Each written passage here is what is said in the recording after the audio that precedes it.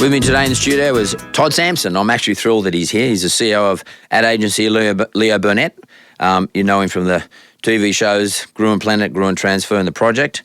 And, of course, he's Skilled Adventure, which I think is really cool. I've been watching some of his episodes from Retrain My Brain, Redesign My Brain. It's a really cool series. I actually and always enamoured for people who can actually go out there and have enough courage to try and change the way they think and the way they then operate, in a physical sense. And having climbed Mount Everest without a guide is pretty cool. I don't know if I'd ever try that one. My insurance policy wouldn't let me anyway.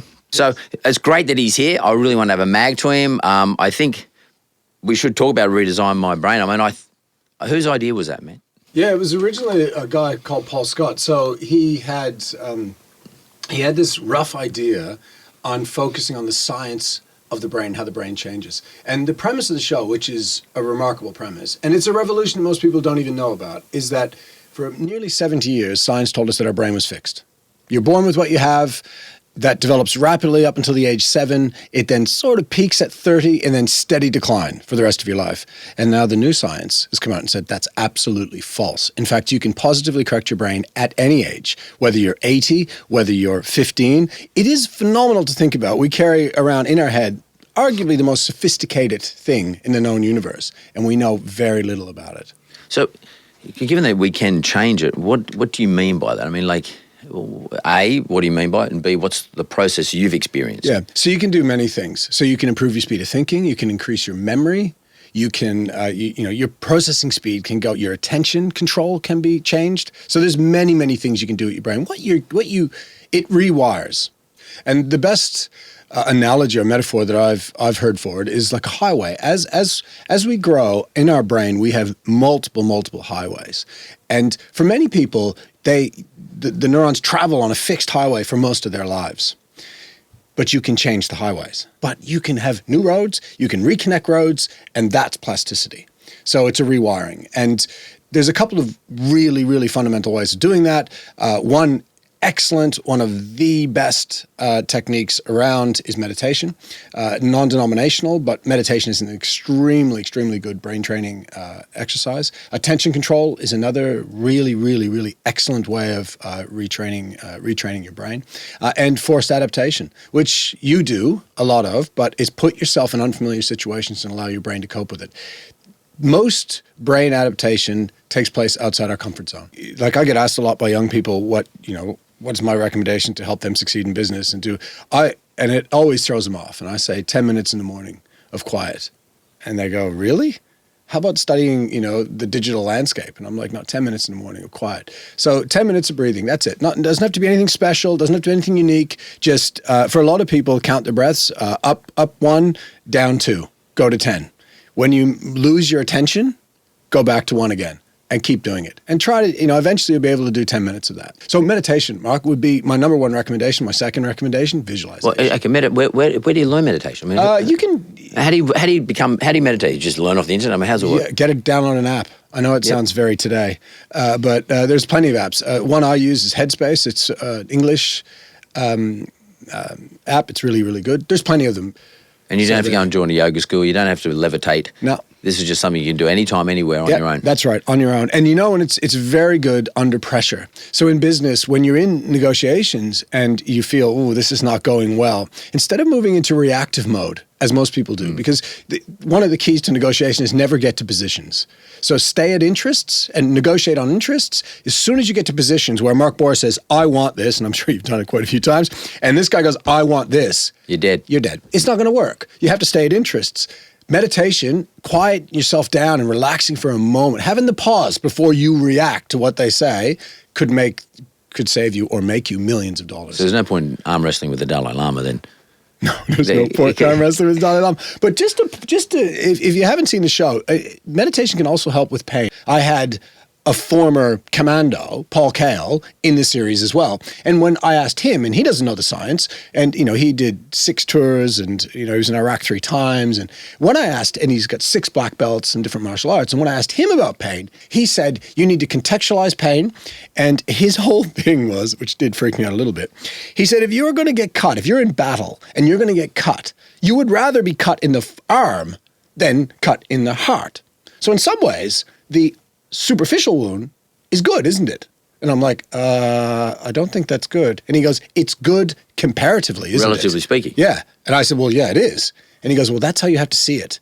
That you took the cut here, and it's okay. You can continue your mission and take that soldier out if you have to. So just explain to I because maybe some people haven't watched it, but I saw it. So he had a shock knife. Yeah, which is an electric knife. Yes. It looked like a big knife, and it gave an electric shock. And the sensation of the electricity from that knife felt like you're being cut. Cut, yes. Right. So first off, what happened to you? I'm in the AIS in Canberra, and this big guy comes in, huge, and he shakes my hand, and I knew from the handshake. I went, okay, this is not going to be good. It was like grabbing a rock. I thought, this is not going to be good. He introduced himself to me, and I thought we were going to do some kind of combat. I thought, that's fine. I could do some combat. He'll throw me around and stuff. And then he pulled out a knife. And I thought, oh, God, this is not good.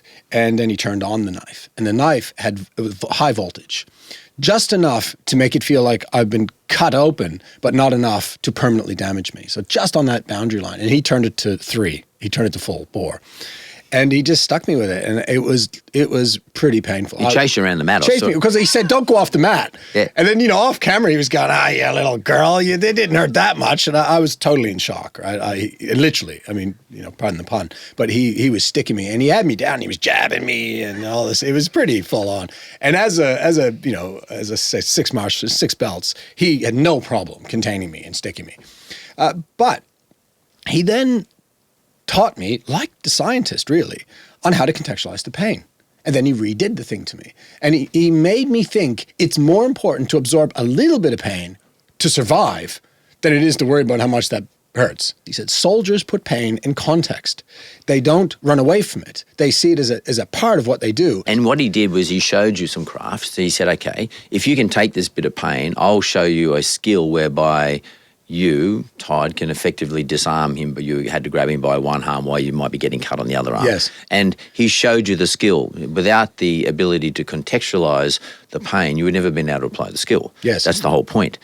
And really what you're talking about here is crisis management. Yes. This is a physical crisis, but crisis management is about contextualizing everything or accepting everything as it is, and then going through a process, whether it's an application of a skill like you did in the gym with pulling the guy down, or whether it's like what Richard de Crepigny did when he just went through a process of all his training about how to land that plane properly.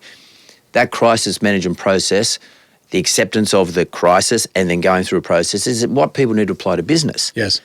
All of us in business, small business, doesn't matter whether you're filming a new series or you're doing whatever you're doing, we all have to accept the problem's a problem and then manage our way through it. And I think business people need to understand this. This is really important for business people to understand. We've got 2.4 million small business owners in this country, small to medium business owners in the country. Nobody ever talks to them, but that's the whole purpose of this show, is actually to talk to these guys, and bringing someone in like you who's larger than life in all of their minds, because they all would know who you are, for you to be able to sort of say to them, look, just accept the situation and then work your way through it. That's how you survive. Yeah, and it's worth, in that context, it is worth talking about fear. Yep. Which is my favorite subject. And it was the last episode of the last series I did, which was concentrating pretty much on fear. And we all know that small business owners, they deal with some of the most fearful situations on many levels: financial, emotional, ego, putting yourself out there. Owners of businesses are very different than people that run businesses. They are fully exposed, and they're constantly balancing this sort of fear, success, fear, success, fear, success. And often fear, though, is misinterpreted. So I was fortunate enough to see it through the lens of science and what it means and how it works. And sometimes, again, putting fear in context, because big decisions affect your life, affect your finances, affect your future. There's one thing in common with all those decisions. Fear. And you know this, Mark. I mean, the Yeah, decisions you've made in your life, I'd be willing to bet right now, every major decision you have made in your life, and you've made a lot of them, have had at least one thing in common, and that's fear. Well, I always take the view of, unless I am a bit nervous about something and a bit fearful, I'm probably not I'm not actually making the right decision. Because if I make something that's round the other way, I'm not taking enough of a bet. And so with that, I would just say that, first of all, we now know, the science has shown, that everyone is dealing with fear.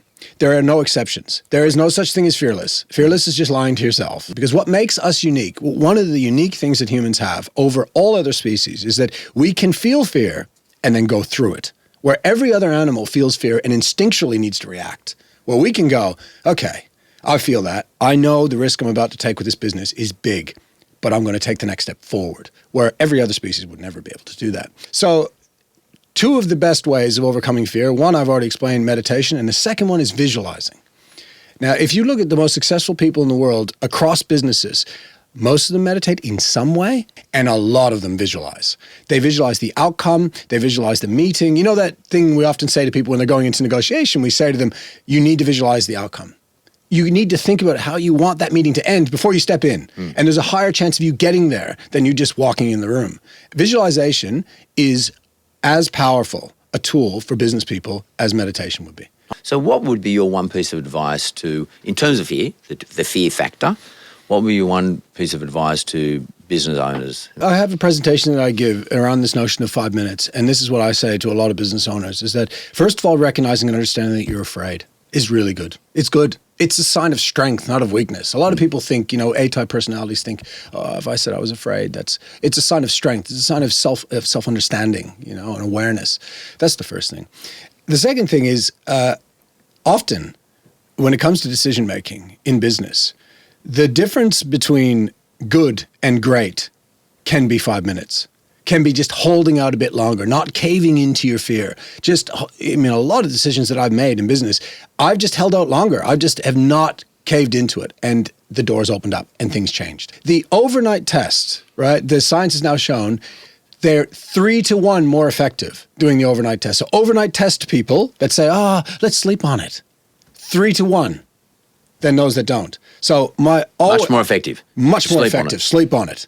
I don't mind sharing with anyone who's listening to me, but I'm like you. I'm like you're saying. I have fears. I'm not fearful. I'm not full of fear, but I will admit that I get scared of things that are happening around me, especially stuff I can't control. And I have this view that I just take a view that I'll only think about those things I can control, and those things I can't control I won't think about. Yep. My greatest fear is failing my investors. So I have these listed public companies where people have put money in, particularly little investors. To them, it's a big investment, but small investors, and they put the money. I'm worried that they will lose their money. That's my biggest fear in life, failing them. But it's also knowing you for a long time, what you've done. It's also fuel for you. That makes you go. Yeah. That makes me work harder. That makes me never give up. That makes me just keep on it. What is yours? Failure. So I think coming from a relatively not well-off family in Canada, my father worked in a factory. My mother was a checkout girl at KFC. My whole life, I've tried to.